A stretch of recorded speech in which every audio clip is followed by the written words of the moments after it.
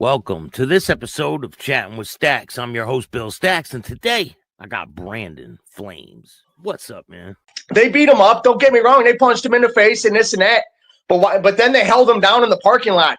Like they were laying on him, waiting for the cops to get there, bro.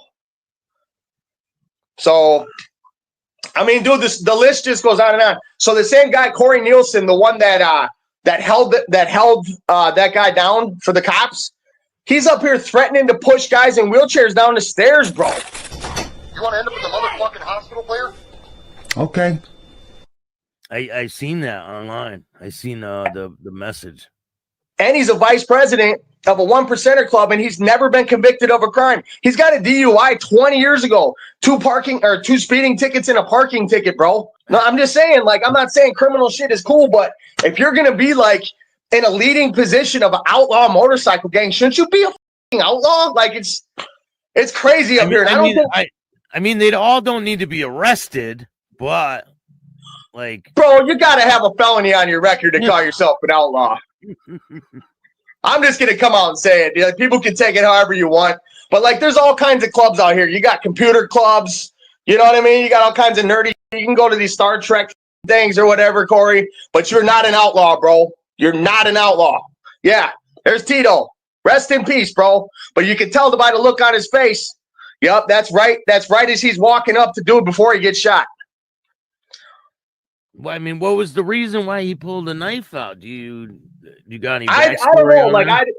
I don't know that side of things. And again, I'm not trying to shit on Tito, but I'm gonna tell the story how it is, dude. Like, he walked up to the dude and pulled a knife and got shot. Like, I get it. His buddies can say rest in peace and all that, but he's not a victim. Tito wasn't a victim. He was trying to stab a guy that wasn't even bothering him. Is this like a known thing in Minneapolis? What is their reputation in Minneapolis? The Hells Angels. See, and this is where it gets kind of foggy, or not foggy. It gets kind of like, because one of my buddies is over there. One of my like good friends from prison is over there. And when he came home, he ended up going with them.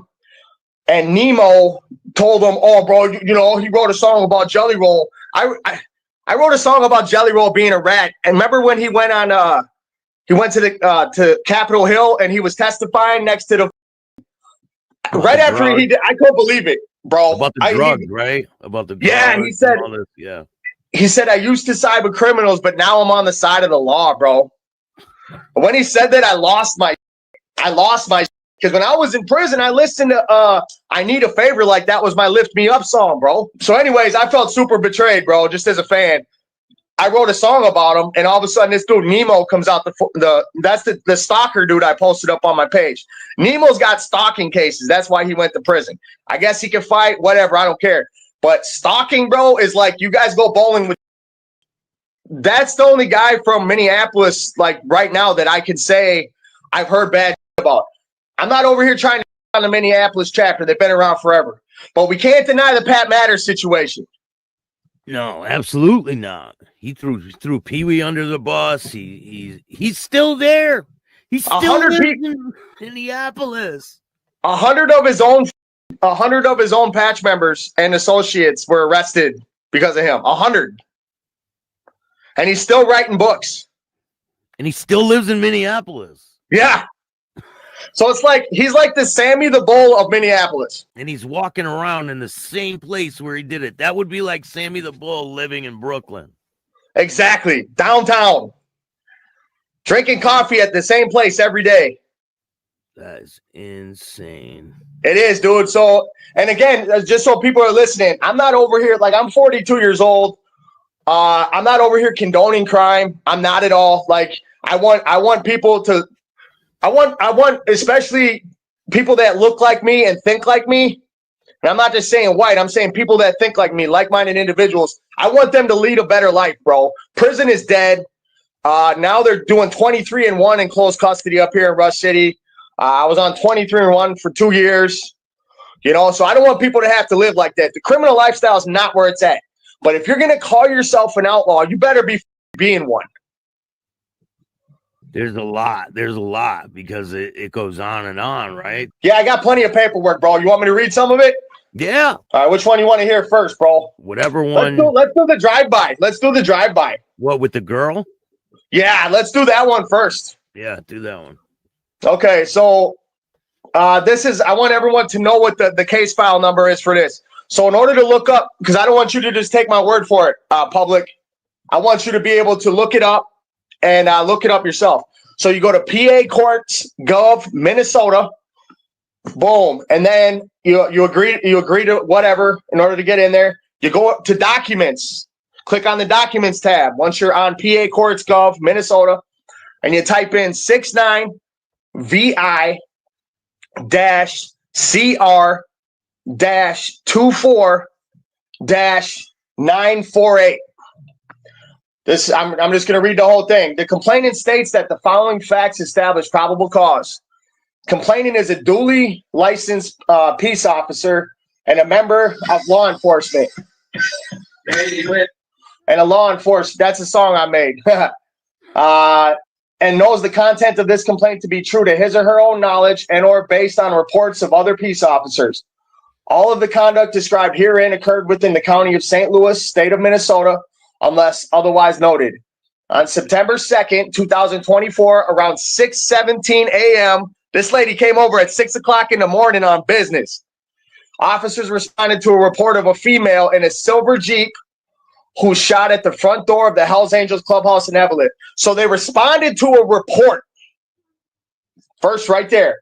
Officer Chad arrived on scene, spoke to the reporting party, and learned the reporting party was sleeping on a couch and awakened by a disturbance at the front door. Now listen to this part. A different member of the club, meaning the reporting party was a member. Listen to that. Okay? I'm going to read it one more time. Officer Chad arrived on scene, spoke to the reporting party, and learned the reporting party was asleep on a couch and awakened by a disturbance at the front door. A different member of the club, meaning they're both members, confronted a female at the door, told the female to leave and shut the door. The reporting party then heard loud banging noises. So this is them making a statement. You heard loud banging noises and you're a member. So that's a member making a statement. The member who answered the door ran out of the line of fire. So a member was a coward and ran out of the line of fire, which is whatever. I get it. You're getting shot at.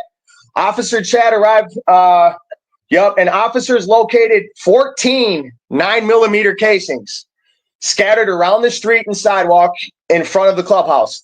Apparent bullet holes on the front door of the clubhouse and apparent bullet damage inside the entryway of the clubhouse. At the approximate times listed below, camera footage from the city of Evelyn showed. So the building, first of all, this clubhouse is right next to the police station, and it's right under a street camera. So we have right there. So at 6 a.m., a Jeep Commander displaying Minnesota license plates DNX 099 arrived and parked in front of the clubhouse. She parked. A female with a partially shaved head wearing ripped jeans and a Harley-Davidson sweatshirt exited the Jeep Commander. The female approached the front door of the clubhouse, pointed a handgun at the front of the clubhouse, and fired multiple shots. The female entered the driver's door of the Commander and drove south on Grant Avenue. The Jeep Commander turned west, and they found it later on Grant Avenue and Jones Street, and then it got out of view. Officers spoke to the Jeep Commander's registered owner and learned that the registered owner let her son use the vehicle. So this is Grandma's car, and she did this in Grandma's car. Do you know what this was over? What was this all about? What was the reason she even did it? What's her relationship for them? I don't know. Like, I was looking up on her Facebook page, and she was talking about how she was mad at some lady who was like running with the Iron Range Hells Angels, and she felt like this lady was picking on her and with her all the time. And this lady was a Fed. She kept saying this lady's a Fed. They're all Feds. She kept saying this. Before she did this, she kept saying this.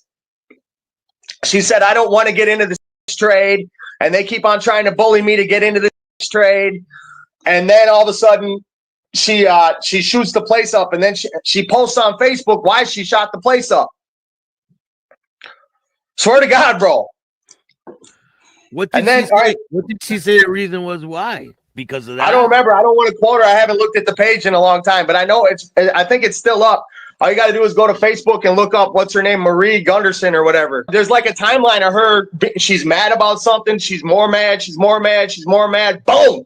And then this is what I did. And then she explains it. Yeah, for real. Hey, and then right here it says, officer responded to the Town Line Road address and observed the Jeep Commander. So she didn't even try to hide. She just went home, parked the Jeep Commander. Defendant eventually exited the residence, and officers arrested the defendant. Listen to this. Defendant's haircut and clothes matched that of a female shooting at the clubhouse. A female shooting at the clubhouse, bro. So even the cops, they put female in here so many times. Just they're laughing about it too. It says right here, shooting at the clubhouse. Defendant made spontaneous statements, including but not limited to, I f***ing hate the Hells Angels right now. My gun is in my backpack. And then they, dude, listen to this. Officers obtained defendant's consent to enter her room and look in her backpack. In her room, they found a backpack containing a 9mm handgun, multiple magazines, bro. So she was, and rounds of ammunition. So she was trying to get these dudes.